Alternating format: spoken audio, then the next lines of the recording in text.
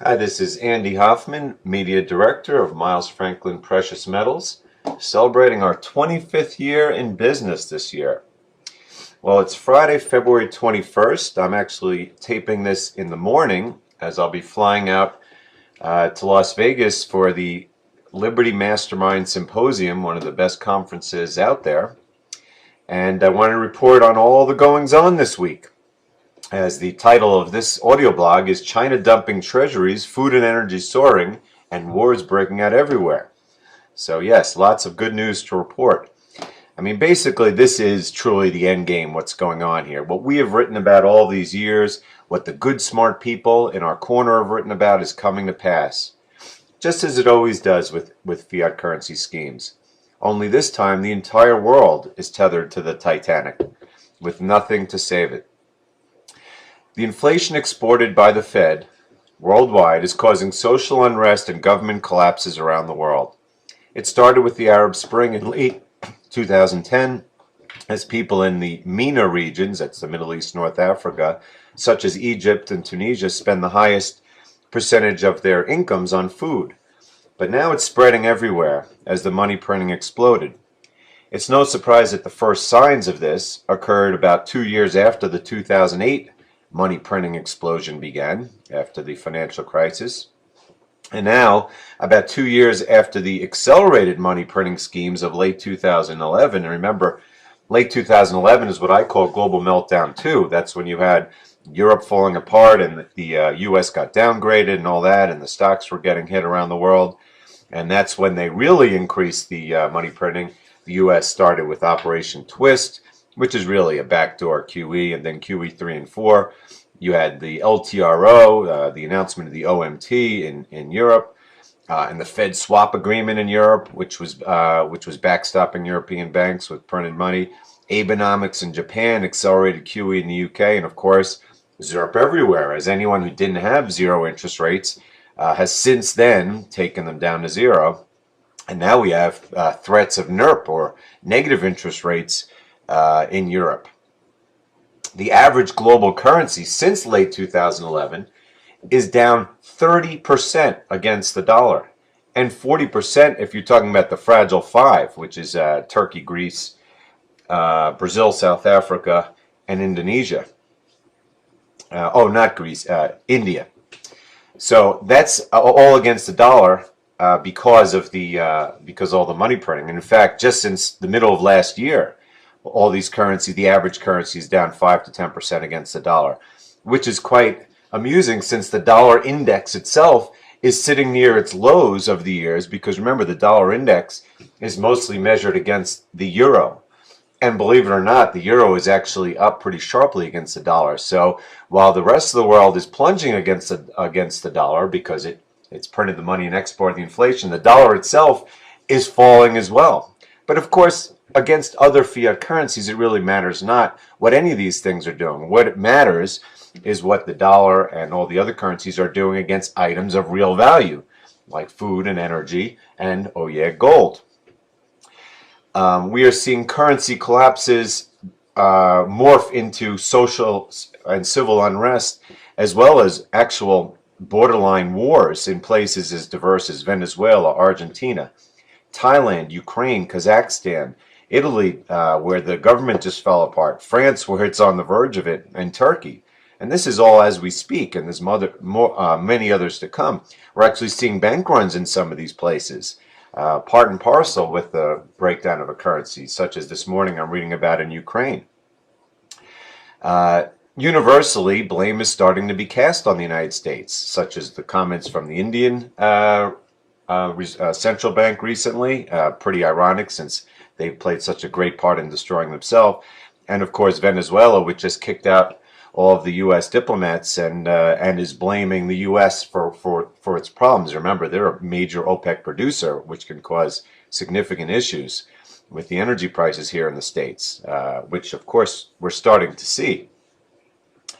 And now there's a growing rift with Saudi Arabia and some of the other former allies, or current allies, but lesser allies.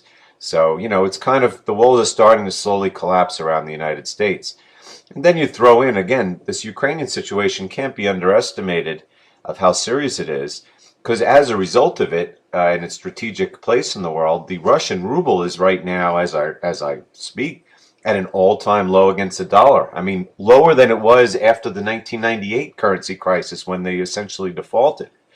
So there's a lot of politics going on there, and you can be sure that Putin is not too happy about it. And if we consider doing anything militarily there, which Obama has threatened, and it could devolve into something like Syria or worse. Now let's go to the economic data for the week. I think the two words that I've written down here are beyond horrible, and I'm not just talking about the states. First, we look at China.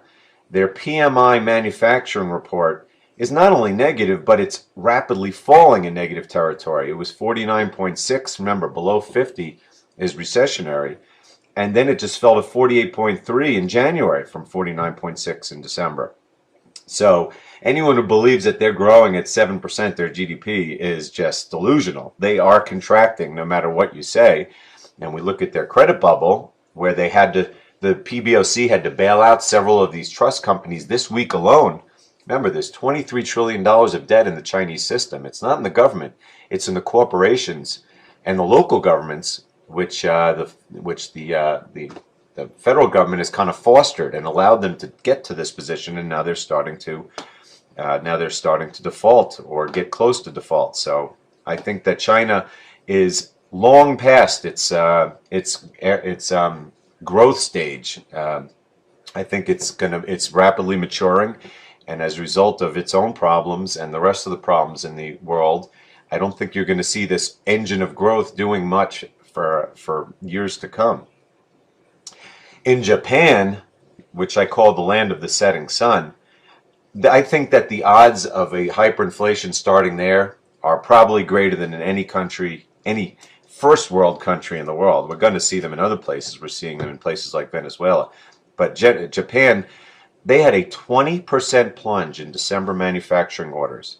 They just reported a 0.25% GDP growth rate in the fourth quarter, following just 0.4% in the third quarter. And remember, they use a negative GDP deflator over there, even though they have the world's highest inflation.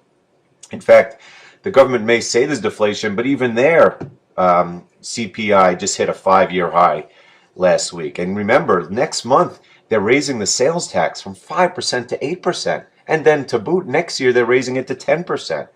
When they went from 3% to 5% back in 1996, they had a 2-year recession. And look where they are now with 300% debt to GDP, or 250 depending how you measure it. And the worst demographics in the world, and the Abenomics, where they're doubling the money supply. As I wrote a few weeks ago, the noose is tightening. And I can't even imagine how bad things are going to get in Japan and how draconian the response is going to be from the Bank of Japan in the next year. In Europe, where they love to say that they're recovering, they had a 0.3% GDP growth rate, they reported this week for the fourth quarter. And when you see GDP growth rates like 0.3 and 0.2, that includes Japan also, clearly they're massaging the data to make it positive, but barely so. And of course, we have the record unemployment in Europe. It's sitting right up at the highs. Some countries are hit new highs this month, like Greece. Record youth unemployment, that's for sure. In places like Spain and Italy, an unexpected decline in the Eurozone PMI numbers yesterday. And in places like France, we're talking about 45 readings. I mean, way into contractionary territory. And then for the U.S., it wasn't even the top of my head. There was so much bad data this week, I had to actually look it up day by day. Remember, Tuesday, we started with the Empire State Manufacturing Index, which plunged from 12.5 last month to 4.5 this month. And then, on a normal week, this next piece of data would be considered the worst of the week, but in this week, it really wasn't. The NAHB, that's the National Housing Group, it's a private group. It's the Home Building Association. Their housing index fell from 56 last month to 46 this month, the biggest plunge ever. And believe it or not, the idiot economists had expectations that it would be flat at 56. And again, this is a propaganda group, NAHB, if you ever saw one. So everything they always say is overly optimistic. So if they say it went from 56 to 46, you can imagine how bad things are, which leads me to leads me to Wednesday morning's news that mortgage purchase applications were down another 5% for the week to a 19-year low. And then right after that, housing starts were down 11% in January compared to December. And for those that say that it was due to the weather, the biggest drops were in the West region where the weather was not a factor at all. And I could tell you because I live in the West and the weather has been amazing out here. We put a piece out I wrote maybe a week ago called Mother Nature Has Had Enough. And basically, it has nothing to do with the weather. The amount of flights and cancellations of flights this year and delays of flights is actually below normal. And on a global basis, the temperature has been above normal. November was the warmest month in history for the world. The problem is that since 2008, the number of flights is down 10%. The amount of gasoline demand in this country is down 10%. The problem is there's just less people flying, not that the flights are delayed because of weather. I mean, has anyone noticed, by the way, that all of a sudden in the last few months, your gasoline station is writing cash price instead of the regular price, which is credit card, which is what most people pay? I mean, demand is down so much that people can't even imagine that gas station owners would be struggling right now because there's always an increase in demand, but not so. People are not driving right now, so they're actually putting the cash price, which is lower, to try to entice you to buy more gasoline. That's how bad things have gotten. Then we move on to Thursday. That's yesterday. The Philly Fed report was 9.4 last month. The expectation was that it would be plus 8. And know what it was? Minus 6.3. A 15-point swing, one of the biggest misses ever. And of course, you throw in the earnings misses and the huge guidance drops, meaning the expectations going forward for Walmart, Marriott, International, all the hotels around the world, Caterpillar, and others. And Walmart is citing lower food stamps payments. They need the food stamps payments. And that's the one thing the government cut down. They cited healthcare costs. Can you say Obamacare? And weak retail in general. This is not good. Then the namesake of today's audio blog about China dumping treasuries is the TIC report. That's the Treasury International Capital Report. Now, I don't know how much they fudge this report. In fact, I think a lot of it they do, because they write things like that things called the Caribbean banking centers come in and buy treasuries and when we need them. And now, this last month, laughably, even though it was a massively negative number, they said that Belgium came in and bought a lot of treasuries. Belgium doesn't even have any money. Of course, that's where the head of the EU is. So clearly, we're talking about the EU is secretly printing money and buying treasuries to offset what the Chinese are selling, and that's the whole point. The Chinese the Chinese have stopped buying treasuries altogether. They stopped about 6 months ago, and then remember in November, the PBOC came out literally and said, it is no longer in China's interest to accumulate foreign currency reserves, meaning we are not buying treasuries anymore. End of story.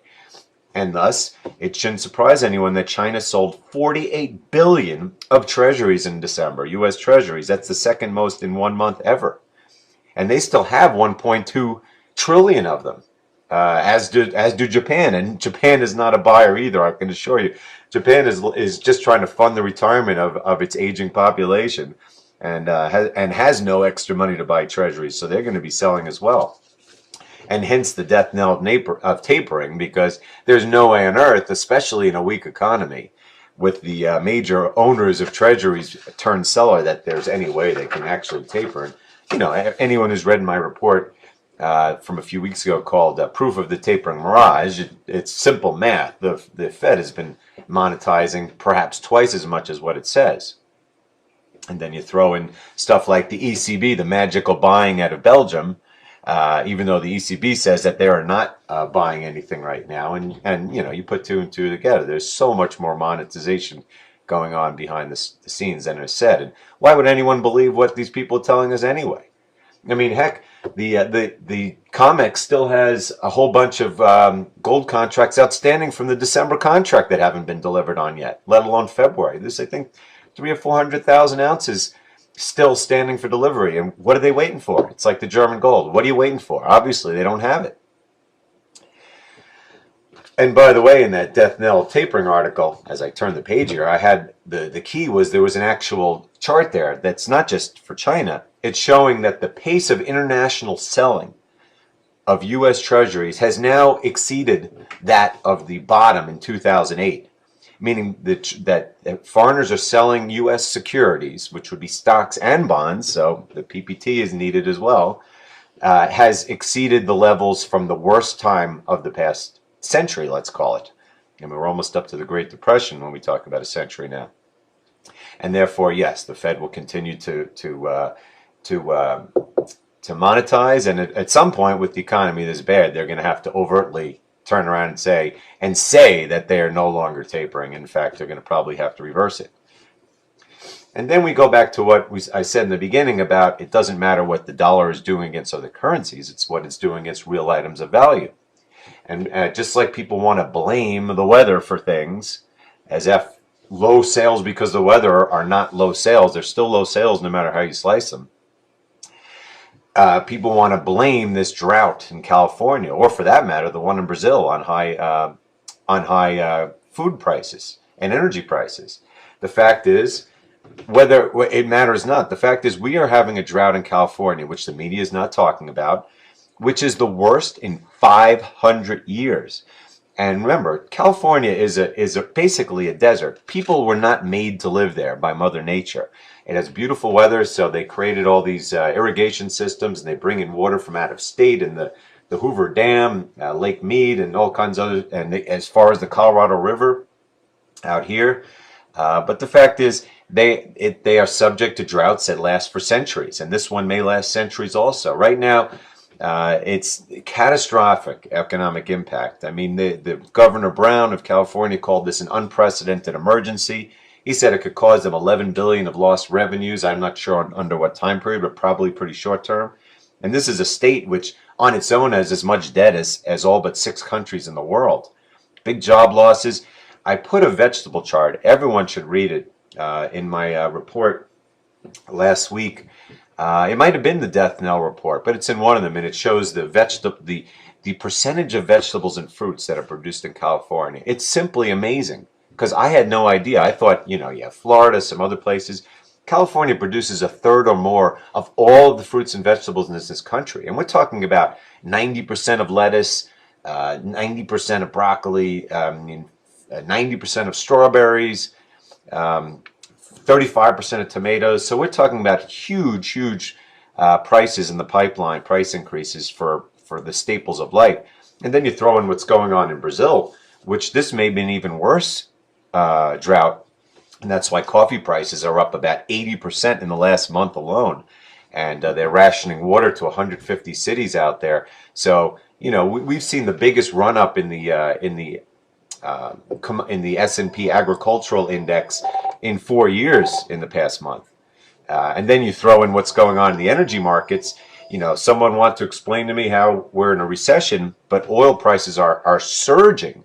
Gasoline prices in the United States alone have been at their highest level for this time of the year for the past 3 months, December, January, and February. So get ready for when we get to the summer driving season. Because if we have all-time high prices then for gasoline, we're talking about $5.50, $6 potentially in California, $5 in New York, and heck, it's already out here in Colorado, which is a low-cost state. We're already close to $3.50, and it's only February, and it's a recession, and it's been supposedly bad weather. Not to mention what's going on in natural gas price. Remember, I was an oil analyst for many years. It's very rare to see natural gas prices this high, over $6 an MCF. And yes, we have had some cold weather in some parts of the country, but that's pretty high. And electricity prices are exploding as a result. So utility bills in some places are up 4 times as high as they were last year. And remember, at Miles Franklin, we put out our 2014 predictions article at the end of the year.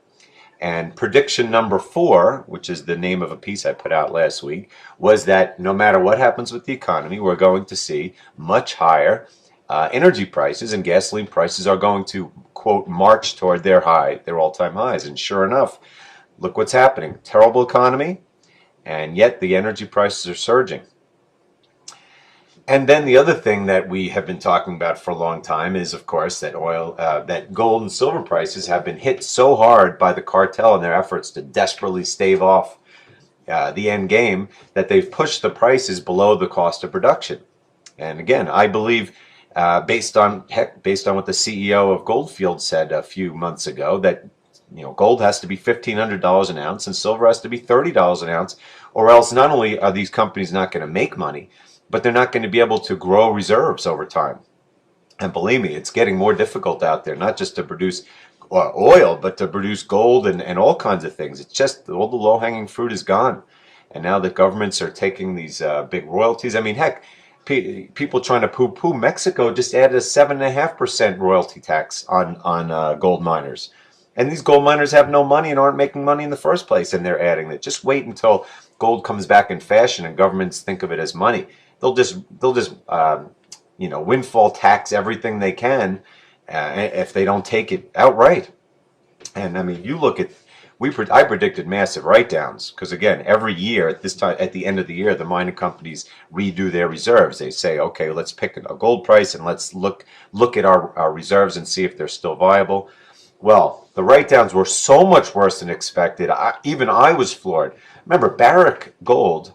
I wrote a piece called Evil Personified last year, which describes my views of them. They are the #1 miner in the world by reserves and production by a lot. They reduced their reserves. It was expected that they were going to reduce their reserves by about 10%. They cut them by 26%. Not only that, their production in 2013 was down to a 9-year low, and now they're forecasting a 10 to 15% drop in 2014 production. And remember, they wrote off Pasco Lama, their biggest potential growth area. They had to do all these emergency deals just to save themselves. They're cutting capex by 50%, which is the industry norm, and they reported a $10 billion loss. That's just Barrick. Kinross, which is the #7 producer, they wrote down the reserves by 35%, yet they were using $1,200 gold. I mean, Barrick wrote theirs down. They had $1,500 gold last year and reduced it to $1,100. So some of the reserve decline was simply because they're uneconomic at lower price. Kinross was using $1,200 last year and $1,200 this year. So they reduced their reserves simply because they were low quality reserves. They just looked at them and said, why do we think these were good? These were viable, $1,200. They're not. And then, of course, last night you had Newmont. Kinross, by the way, is expecting flat production this year. And then you had Newmont last night, which reported 11% reserve write-down. And they are expecting production to fall 5 to 10% next year. Comically, in their press release, they say, whoa, we expect it to go up to 4.8 to 5.2 in 2 years from now. But it's 4.9 now. It's 5.1 now. How is 5.1 going to 4.8 to 5.2 up? You talk about propaganda. There is no growth in the mining companies. Barrick is #1 in the world, and Newmont's #2, and they're both going down. And then, of course, you had the FOMC meeting on Wednesday. I predicted it Wednesday morning. I said it's a key cartel attack event, that they would attack gold and silver prices the second it came out, and of course they did. Look, they don't say anything new at these meetings. They said absolutely, utterly nothing. But the beauty of it is that the prices came rocketing back on Thursday, and here we are Friday morning, and gold's back up to $13.23, and silver is knocking on the door of $22. Their best efforts are kind of being quashed right now. In other words, it's becoming quite clear that the damage that was done last year was probably the bottom, and therefore at any time anything could happen on the upside, especially with the thin inventories around the world. And remember, China just announced, well, they didn't announce, but the numbers came out and showed that they had more imports in January of gold than in any month ever. And last year was their best year ever, twice as much as 2012, which was the previous best year. And by the way, with the FOMC, people just got to keep watching those stocks around the world. It is amazing to me. I said a while ago, I said there's just as much a chance that we'll hyperinflate the stock markets as a crash, and either way you're going to lose, because the nominal gains quickly become, or the real gains quickly become nominal gains. I mean, all you have to do is look at places like Venezuela, Argentina, and South Africa. to see that they're record high stock prices as the countries are collapsing. And I think a bit of what's going on here is the same. Yes, it's partly the PPT and the Fed free money, but I think you're starting to see some of that. So don't be surprised if you see markets soar, while at the same time those energy prices and food prices soar faster. And of course, gold prices. By the way, Bitcoin, I wrote a piece last week called Store of Value, and I was focusing, I've said all along about Bitcoin that the platform is interesting, and that there may be some interest worldwide in an alternative currency, that's practical, that gets outside of the government system. I also said that government regulations, and central banks would attack it in every possible manner. But what you've seen this week is them attacking themselves. The fact is, these are unregulated, and Mt. Gox, MTGOX in Tokyo, has been the #1 exchange for years. And it's on the verge of collapse right now. The price is now trading at an 80% discount to the other Bitcoin exchanges, which themselves are down 50% just in the last few months, because you can't withdraw your coins, and no one knows why, and the company hasn't given guidance. So the fact is, anyone who thought that you were preserving your wealth by hiding in Bitcoin has already found out, after just not even a year of excitement, that these things, while they may have some upside over in time, are not stores of value. Not to mention, they require computer systems to be up.